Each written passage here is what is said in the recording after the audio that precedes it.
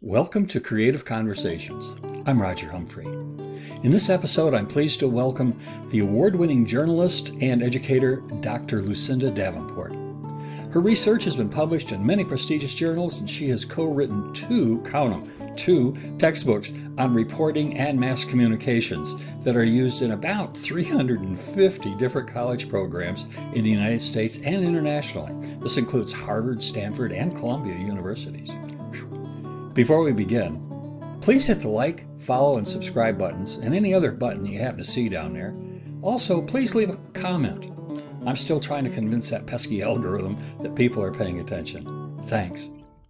And we are welcoming to the program the extraordinary journalist and educator, Dr. Lucinda Davenport. Lucinda, thank you so much for coming on. I really appreciate this. It's my pleasure, and who in the world could say no to you? Lots of people do, starting with my children. But but thank you very much. So in the we I guess in the spirit of transparency, we should tell people that we've known each other for 20 plus years now. Yeah. But I've known you professionally only on my side of the profession. You are as the mother of one of my former students, and but I've never we don't really know each other socially, and I don't think we've ever really talked about your work. So I've really been excited about doing this. Thank you again. Thank you again back at you. Yeah, it's and any opportunity I have to have a conversation with you is just great. And Well, be that's one of careful the what you things wish that, for. well, but that was one of the nice things about, my son and taking lessons from you from what, age 5 to age 18 Yeah. was just for a few moments of being able to say hello and how are you and catching up. So it's been a while and because he's past 18 now. So it's been a while to catch up, and I'm looking forward to doing that now. Well, that's wonderful. So I knew that you were at one point you were the associate dean of communications or part of the communications department at Michigan State University, and then you spent 10 years as the chairperson, I should say, of the journalism department. And then you sort of stepped aside from that a couple of years ago and just kind of focused on teaching now. Is that correct? Oh, no, my appointment also is research. Oh, So okay. it's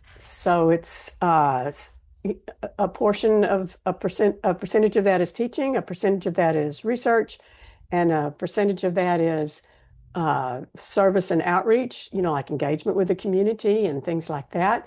And that's pretty typical of faculty Okay. is Um, having their appointments spread out that way. Okay, well, thank you for the clarification. I appreciate that. I had to laugh and I'm going to embarrass you here a little bit, but uh, I only knew you and your work in that very small way.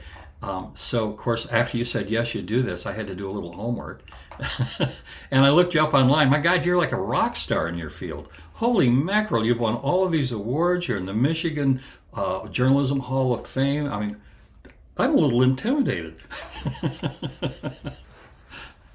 Uh, uh, Holy cow. Now, since I agreed to do this interview, I had to do a little bit more research on you, Roger. Uh-oh. And you are a rock star when it comes to, being an artist and a musician. And of course, we already knew that when it comes to, your classical guitar. So I'm just turning it around back at you saying, Okay, now I'm I blushing. am so I am so honored. So yeah, because you were the only one who would take on a 5-year-old and did so fabulously well with him. Another one of those adapt or die moments. Not with your son specifically, but with Well, the idea. sometimes. But when I decided that I was going to teach full time, it had always been kind of a side hustle for me. And when I decided I was really going to make a career out of it and go after it, um, uh, the idea of working with young children, um, became nobody wanted to work with young kids. And I've been told that you can't. I mean, you can't teach a kid younger than 10. Well, guess what? Yeah, yes, you can, and I did, and I thought I was fairly successful at it. So, um, and people would, and I used to have other teachers say, "Well, you're lucky you get all the good students." It's like, yeah, Yep. lucky. Let's go with that.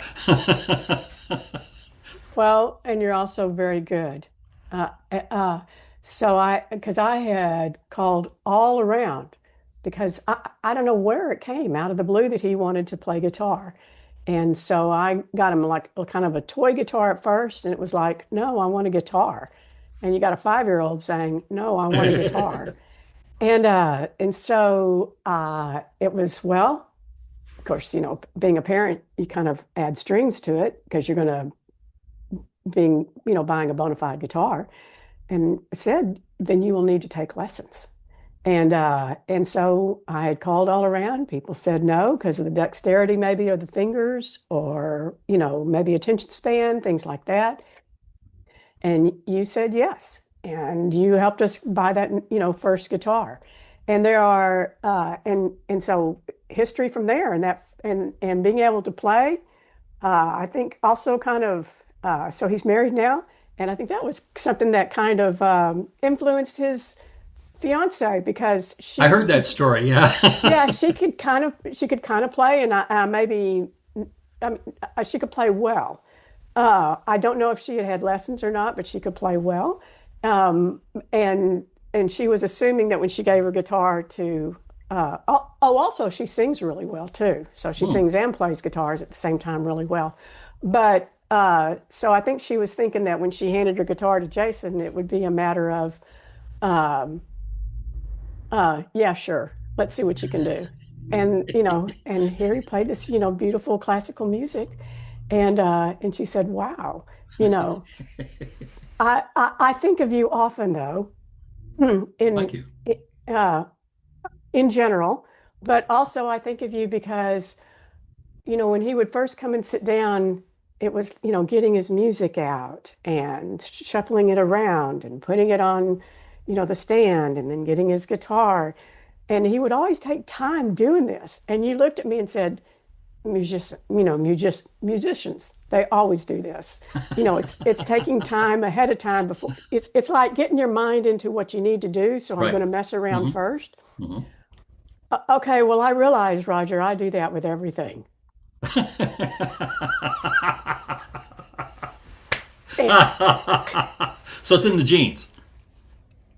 it's in the genes, but also it's just funny because I think of you and I think of that time when you looked over at me while he was doing this and just said, and said that. It's like, I think I understand that. You're trying to get your mind into what you need to be doing.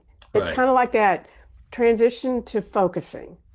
So I think of you in many ways, but also since I have a lot of transitions in my life to try and focus, I think of you in many ways. Well, let's talk about journalism if we can for a minute. What I'd like to do is the first question I would like to ask you is, let's assume I'm an incoming freshman, day one, journalism 101, never did it before. How would you define journalism to me?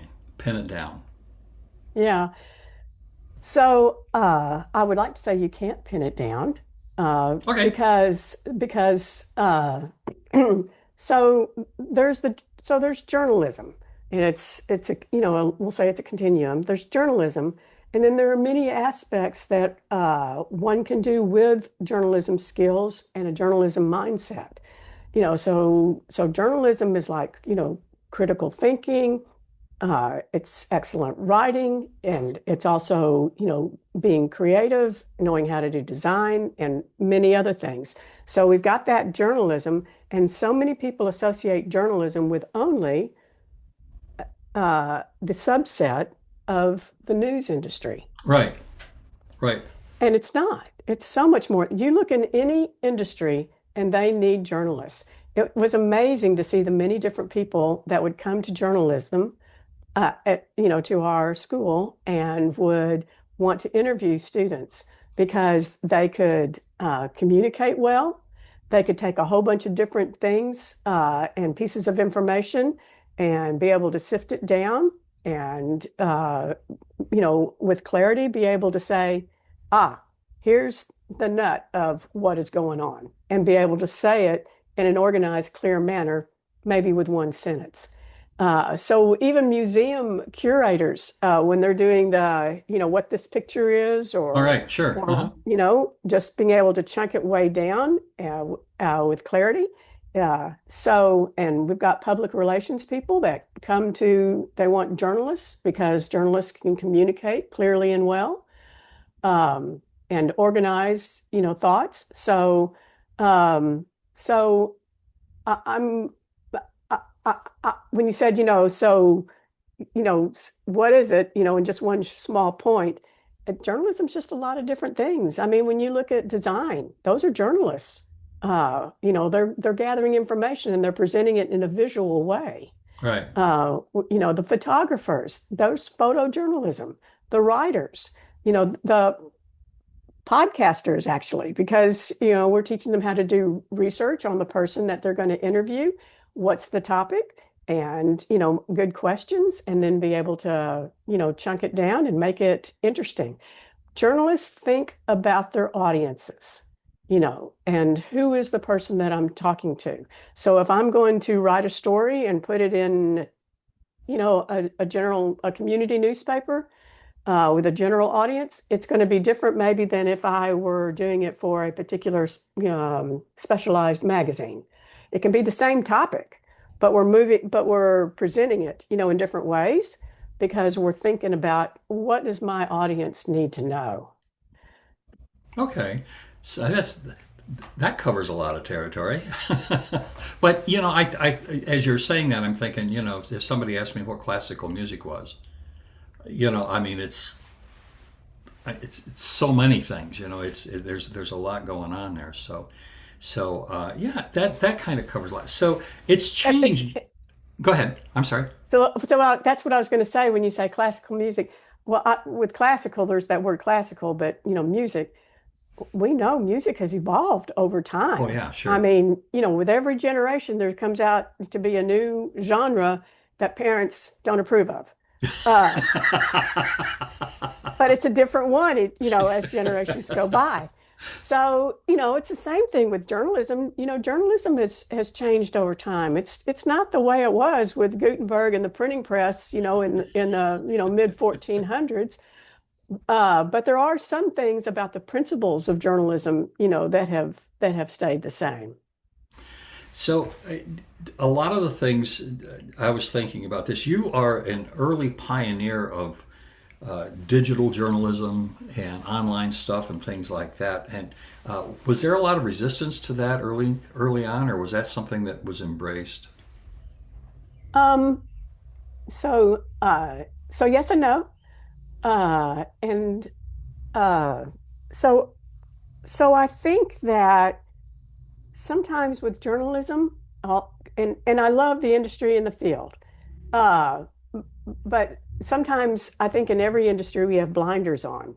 It's like the railroads thinking they're in the train business and not in the transportation business. Yeah. So are they changing with the times? Because again, it has to do with your audience and your clients. So, and what are they doing? So with journalism, uh, it, uh, we're in the information business, not in the newspaper business. Not Right. in the newspaper and ink business.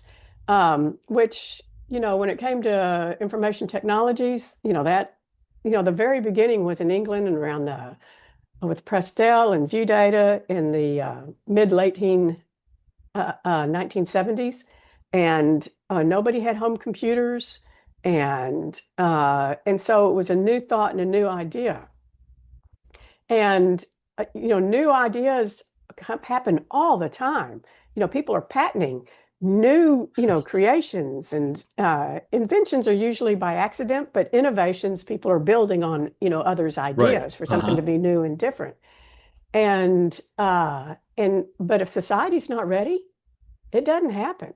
Yeah. And so you have to, create a need, or else have, and when I say create, or else promote that this will fulfill a need that is not fulfilled in any other way, and be cost effective. So, I may be digressing. I'm sorry. So when England had started with their Prestel system, nobody had computers, and so it was a new and different idea, and it cost a lot because you had to buy a terminal. You had to have, these were the days where, remember how long you were on your telephone depended upon how much it cost, and and, and what time of day, and Right. things like that. Right. And so people had to pay for the terminal. They had to pay for the, time on their telephone to connect to a database, and then being on that database cost. And so there were a lot of costs.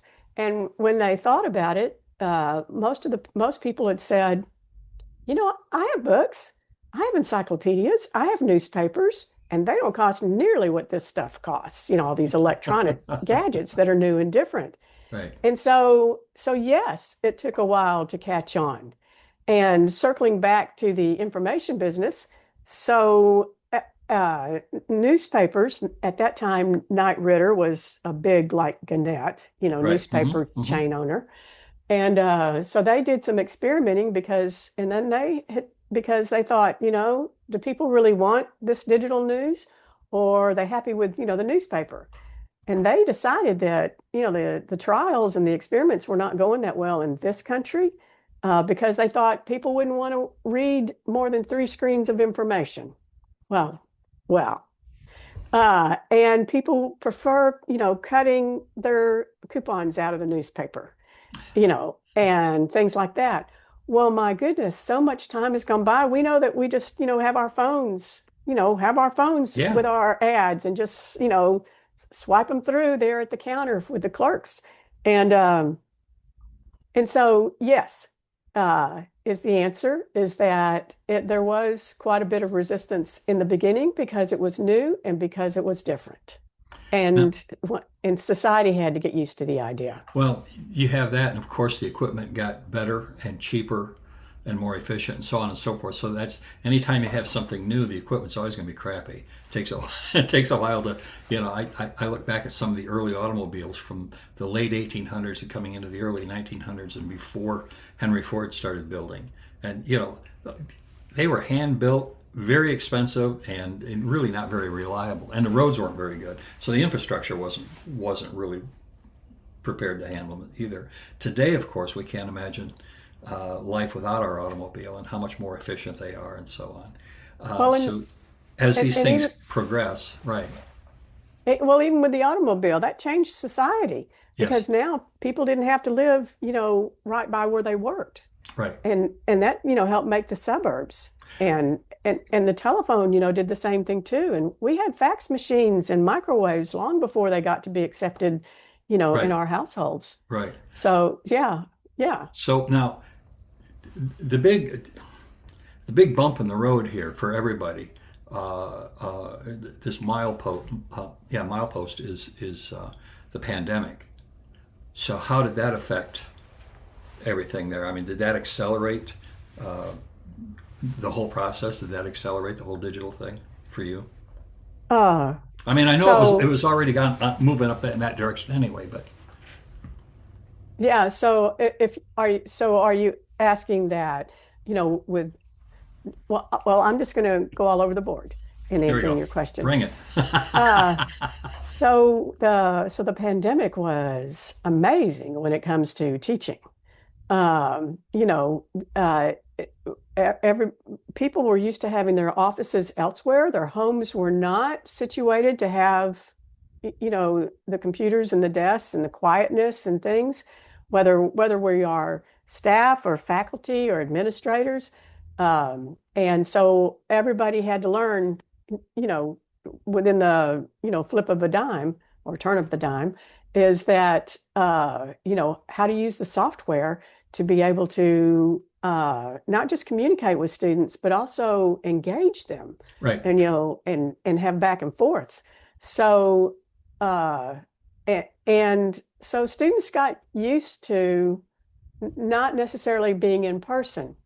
So as we're teaching journalism students, much of journalism, a lot of times the reason people want to go into journalism, they enjoy talking with people and getting to learn about the community and getting to learn about issues that affect our lives and how they affect different groups within the community differently.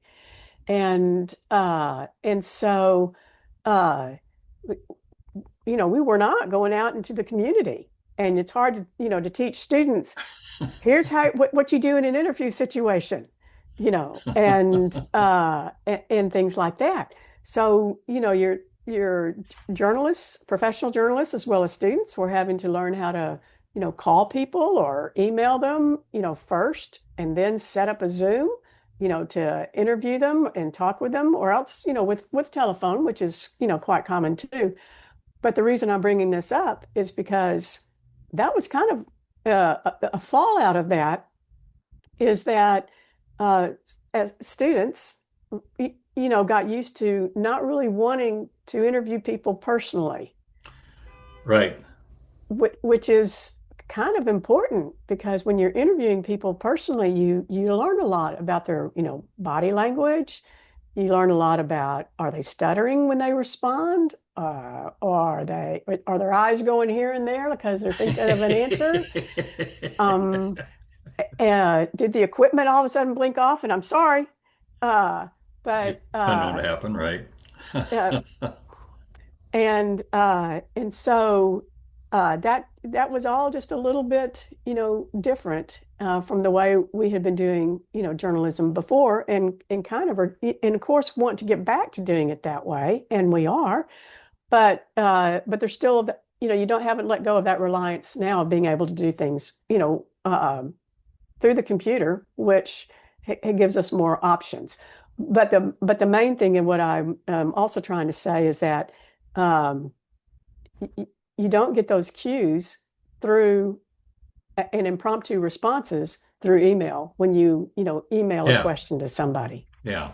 Yeah. I totally agree with that. So I know, excuse me, about 10 or 12 years ago, I started doing online guitar lessons. Um, and that was actually in response to a parent of a student.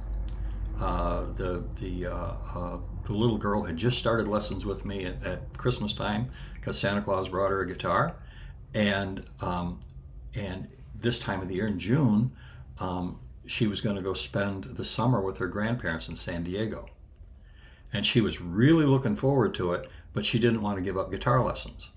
So her mother said to me, she says, "Would you consider doing this on FaceTime?" Never used FaceTime in my life. She says, "Give me your phone." Well, this is how you do it. I said, "Okay, let's give it a whirl." And so we spent the next, I think, 8 or 10 weeks doing lessons at the exact same time. And I sat right in my little studio, but I had the phone up on actually originally on the music stand, kind of propped it up. Then I went and got a little tripod for it, and we did our lesson that way. And I was surprised at how well it worked. Well, then I kind of transitioned from that into doing that on snow days when the weather was crappy and people couldn't come in or didn't want to come in, or I didn't want to come in. So I said, I'm going to stay home. Let's do this online, and I would do that, and I would do most. Some of the students were reluctant, so we didn't do it. The teachers the other teachers just thought I was nuts. Well, you can't teach online; it doesn't work, and blah blah. And I heard all of the negative stuff, and I thought, okay, fine. And then the pandemic hit, and suddenly I was everybody's best friend. Hey, how do you do this? So for about a week, I was doing a lot of advising and helping out my friends get set up and figuring stuff out. And they adapted rather quickly. Um, I just decided, I decided at that point that I was going to start retiring anyway. So I just says I'm going to stay home, and I do everything online now. So my wife can't get rid of me. So I have to me, that is not, to me, a part of your character is to always say, sure, why not? We'll figure it out. I think you've always, I don't recall you ever saying no. I It's mean, for new ideas is what I'm yeah, saying. yeah, yeah. I'm usually pretty wide open to new ideas. And I think that's how we grow, you know. And Yeah. I'm sitting, and I can't tell you how many people have commented on that. You know, I would sit there in my studio at the store, and these youngsters would walk by, and I'd be on my PDA before I even had an iPhone. I'd be on PDA, you know, and they go, "Wow, for an old guy, you're really." And I get that a lot now, you know, because I have the podcast, and I also have an accompanying blog that goes with this, and I have my own website, and I do different things, and and they go, "How do you?" And I said, you know, you just do it. I mean, it's you know, I learned. Look, I learned how to operate the remote to my TV, so I can do this. But did you ever learn how to operate the VCR? No, but fortunately, it went out of fashion, so I'm off the hook. Yeah. Many of us are happy about that. Well, it wasn't for lack of trying.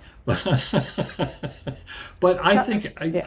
I think that doing things digitally, and one of the things that I can do now that I wasn't able to do before is and I do it fairly often. I have been doing it for several years now.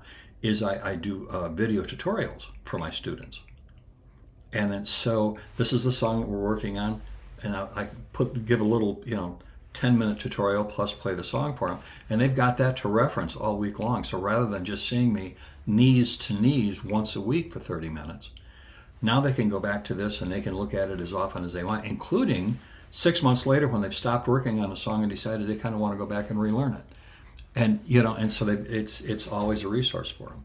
And so that's the technology allows me to do things like that. That there was no way I could do that kind of stuff when your son was taking lessons from me. I was doing some CDs for reference, but this is even beyond that, you know. So just taking advantage of this, and people look at me and go, they shake their heads, and it's like, dude, you know, it's not that hard. So Yeah, it's that the technology has also enabled us to reach more people. yes, And whereas um, it's just the people that we knew that, sometimes could access a website, or we would send something to them as an attachment with email. But now it's, you can set up a website for anybody and everybody. And now, there are so many of these global educational companies that have different types of modules. One for journalism, another one for photography, another one for easy math, maybe others for music. And so they're kind of the gatekeepers and take care of, being able, they have the framework and the infrastructure. uh-huh, And and so we set up one of these with journalism, and we did the modules, and they can be updated over time, but we did, modules for people who just kind of want to learn the basics. And there have been so many emails from people in other countries where journalism is disapproved of, and there oh, aren't any opportunities for somebody to study journalism or to practice it, but they really want to be able to tell others what's sure, going on. And so they've taken these modules, and so they have sent us letters saying, thank you so much for helping me to understand, what goes into the thinking of journalism, as well as, some of the basic skills. So, you're right. Technology has just moved right along, and there are so many, there are always going to be negatives and positives to everything. yep. But we can reach so many more people. Your music reaches Well, so many more people. yes. Your podcasts reach so many more people. Well, it's interesting because I've had fortune. I've been very lucky. I've had people on the show, on the podcast, from Seattle and from New York and from Chicago and from Miami, Prague, Uzbekistan, Tashkent, Uzbekistan, et cetera, et cetera. And I came to the realization many years ago that with the internet, geography doesn't matter. It messes up with the time a little bit. I did an interview with a guitarist in Perth, Australia, and we set that up for it was Friday night for me, and it was like 10 o'clock Saturday morning for her. But we got it figured out, and we were able to sit and have a conversation like you and I are having a conversation, and we could have just as easily been in the same room. I mean, it's interesting how the internet has brought the world a little closer together in that regard, and Oh, the equipment sure. Yeah. is inexpensive, relative. Yeah. Yeah. So during COVID, and even we even have on some, every now and then we have online classes still. You're right. There are people from other countries that get up at 4 a.m., to hit the, maybe 1 o'clock class, and they wouldn't have been able to do it otherwise, Right. and so during COVID, people were able to continue with their studies.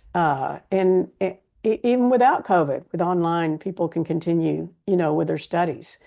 So, and maybe to you and to me, so I'm going to lump us together. I hope you don't mind.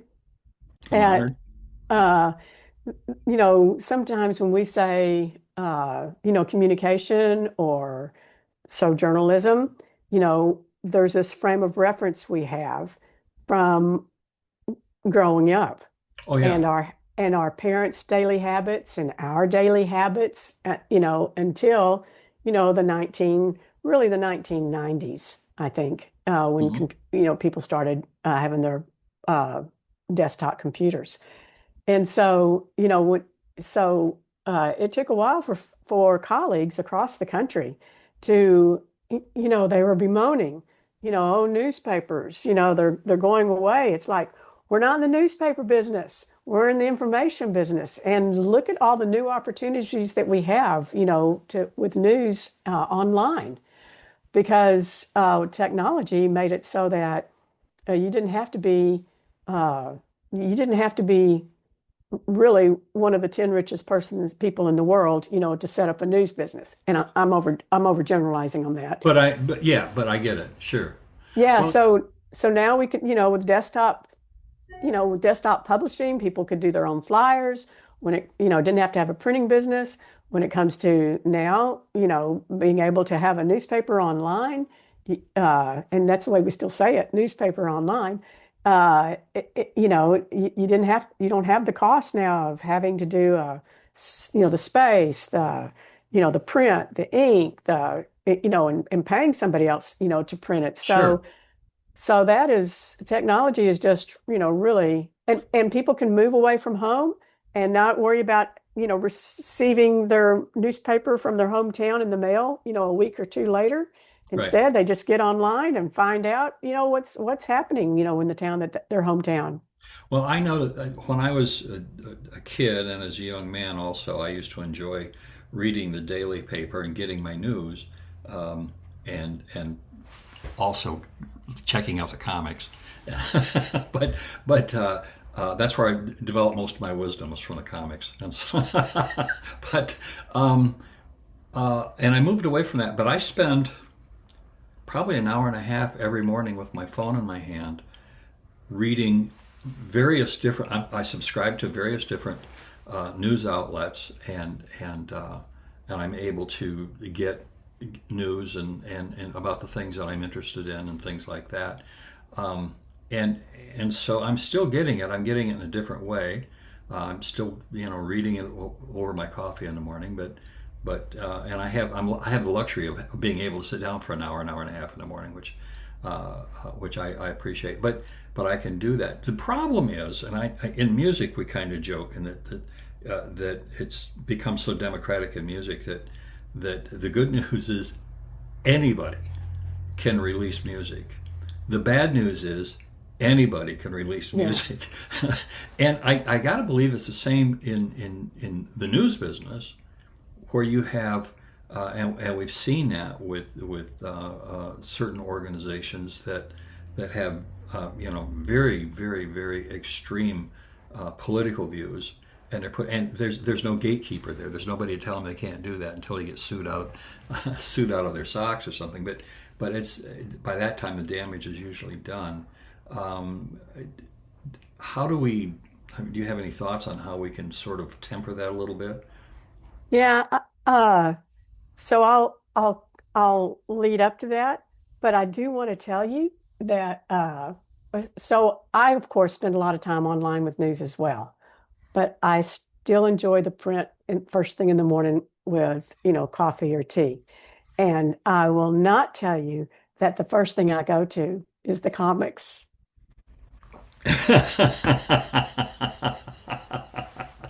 So I hear you loud and clear. I Nice, go to nice the, to meet a kindred spirit. oh my goodness. It's when you were saying that, it's like, oh wow. So I go to the comics. I also go to Dear Abby, or what used to be, Dear Abby. Now it's Uh-huh. Dear Ann, Dear this, because man, oh man, my life looks pretty good sometimes. So I start my day with humor and a positive outlook, and then I go to the rest of the sections. Um, Uh, and sometimes actually the reason I get print too is because it's easier to just sometimes, take the class to, Sure. Hmm. show things a little bit instead of all of a sudden, okay, all of us, let's look at the projector. Let's, let me set it up. Oops, there's a technology problem. But so I'm going to lead up to your last question, but as because we're talking about technology and and with journalism too, in many ways, it's the uh, so what technology has done with journalism is you may recall that, you know, uh, decades ago, unfortunately now there's an S on that, uh, is that in the morning newspapers had that they had hit that front porch at a certain time in the morning I used to and throw them. yeah and some news outlets, because it was the only way to get news really, also had an afternoon edition, or some were only Uh-huh. afternoon and some were only in the morning, whatever. So, you waited and you got that newspaper that hit the front porch, and then if you wanted any updated news, you turned on the radio for news on the hour, and maybe every half hour. But then when it came to TV, we all had that. We knew that 6 o'clock news, maybe it was 5 o'clock for the local news, and then maybe 6 o'clock for national news, and then we waited again, till about 10 o'clock. So technology's changed all that. We are no longer passive receivers receiving the news Oh yeah. whenever it gets to us. And instead, we can be proactive and get our news at any time and anywhere. So that was really it's been quite a game changer on, you didn't have to update news until, maybe 4 hours later. And now it's like update it as soon as you can. And Right. but you're right. The now anybody can put anything on the internet, whether it's music, whether it's news, things like that. And and in some areas, as long as I think you have to know who is the producer of the news. Is it a citizen, citizen journalism? And so therefore they're not trained to seek out the same piece of information from two or three different people to make sure you get the same Right. facts and the context and things like that. And but social media has done the news business and the public no favors. um, Right. Over time, people have realized social media cannot be trusted. Well, And some people at least. pardon me? Oh, Some yeah, some people. people. Yeah. So I'm also going to liken it to a decade ago with news. Remember, you may remember that there were news magazines that like hard copy and TV news magazines and Right. things Hmm. that were really sensational, and they weren't like a 60 Minutes, type Right. of Right. investigative journalism or news documentaries. So social media was a big new deal, and everybody, yeah, believed whatever was on it, because it was like, oh wow, and then not thinking, oh, who sent this to me and why? where's the origin of this? Where did it come from? And that sort of thing. So now people are realizing maybe social media is not to always be, relied upon. So now I think we look at social media as kind of like we used to look at maybe, that snippet at the radio. Oh, it's telling me something new, or I'm finding this out with social media. Now I'm going to go research it and find out more about it. So that's kind of what social media does. But still, I really worry when it comes to news aggregates. And those news aggregates are, we get on our phone and, the first thing we have is, oh, top stories for you, Right. Oh, and yeah. entertainment and featured and Hmm. politics. And then, you go to, there's Apple News and then there's the Google News and things like that. Well, I don't think people realize and think about how what appears on mine, my browsers, is not the same news that appears on yours. All right. That pesky A- algorithm.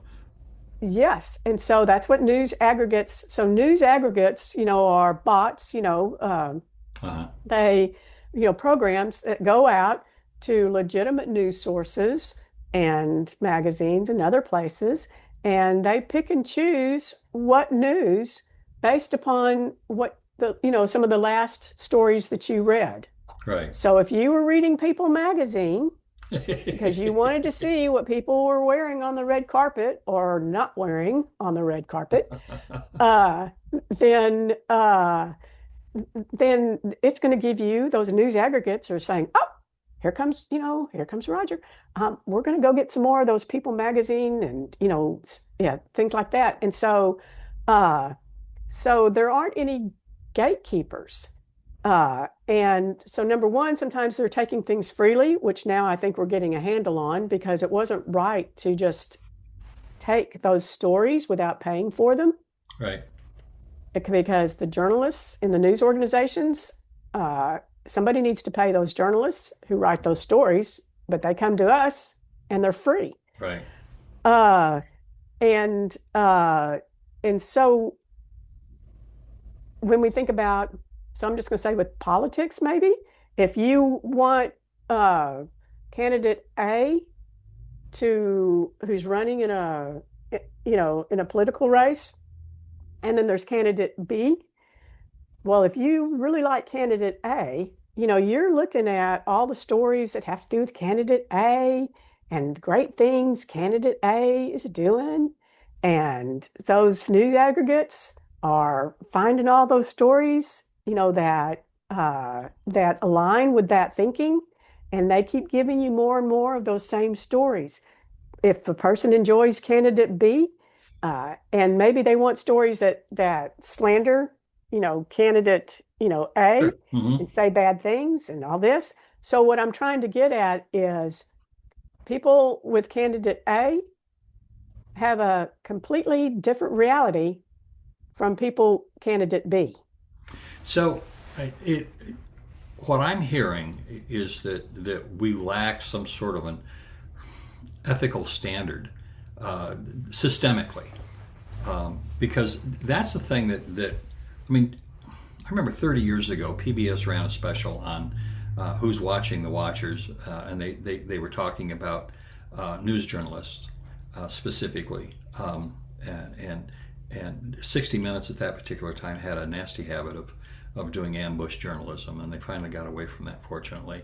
But and I know they could justify it in their minds, but it really was I, I guess what I'm saying is that PBS did this special on ethics in journalism and who's watching the watchers. And I remember talking to a colleague of mine who taught journalism at Olivet College when I was there many years ago. Not the person who's there now.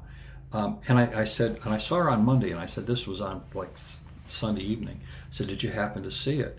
And she handed me my head on a plate. She said, why would I watch that crap? That's old news. They haven't got nothing to say. That I mean, wow.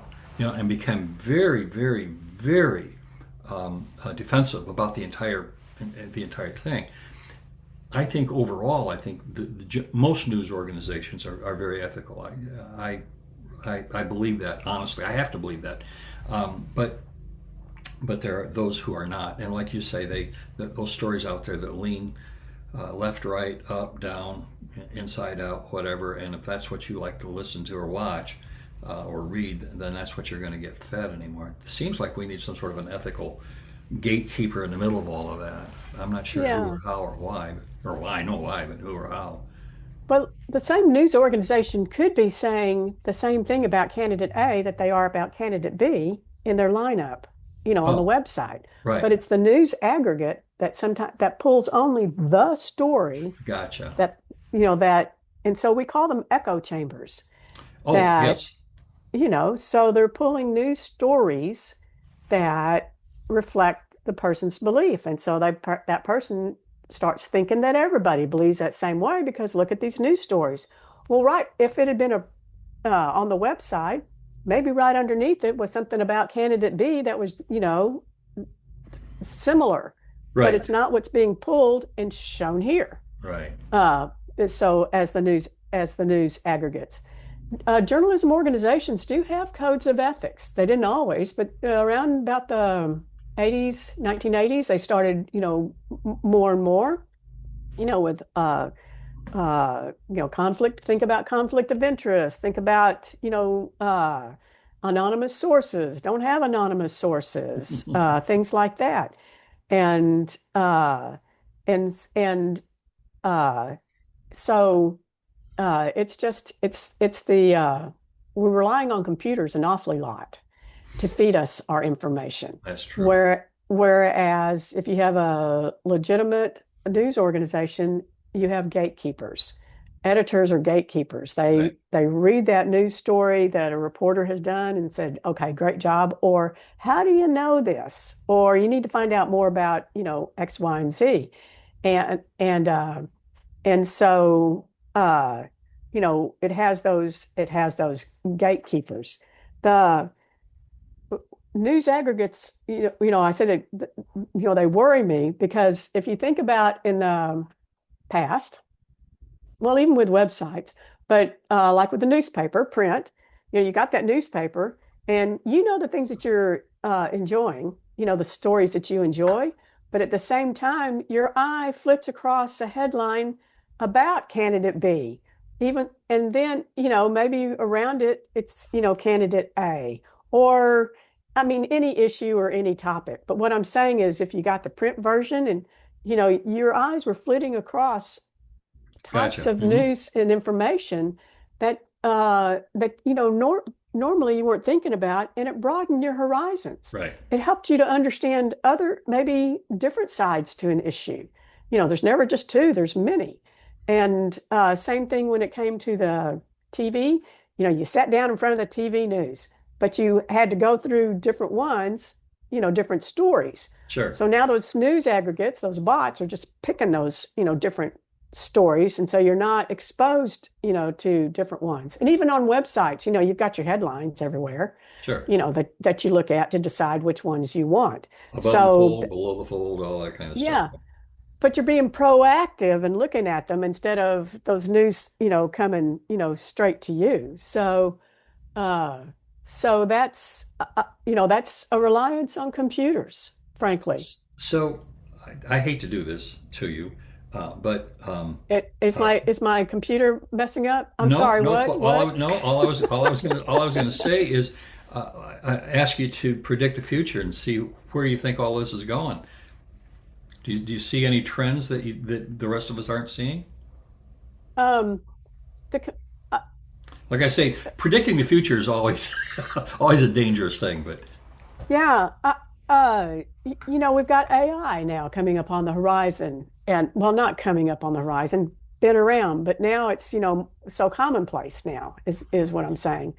And again, it's computers, and so computers are never going to replace, the human brain, at least in my lifetime, uh, because there are so many nuances and different things to think about. And, we use critical thinking. But so uh, so Like, well, what it's about computers. artificial intelligence? Well, that's what I was meaning yeah, AI. I'm Okay. sorry, I should have said artificial No. intelligence. Okay. Did I say AI or did I say something else? I I got old ears. I don't hear well. So And I slur a lot, South, the South. So anyway, yes, exactly. The artificial intelligence. And you know, here, this is what you need to know. Here, this is what, you should do. Here, there's this and that. And so it's really kind of well, narrowing are they back. writing stories? They can. I mean, but you can tell, you can see the difference between AI written story and in a human written story. But over time, that's going to be that's harder and harder to do. And when you rely on AI so much, then you don't need to use those little gray cells, as Right. Perot used to say.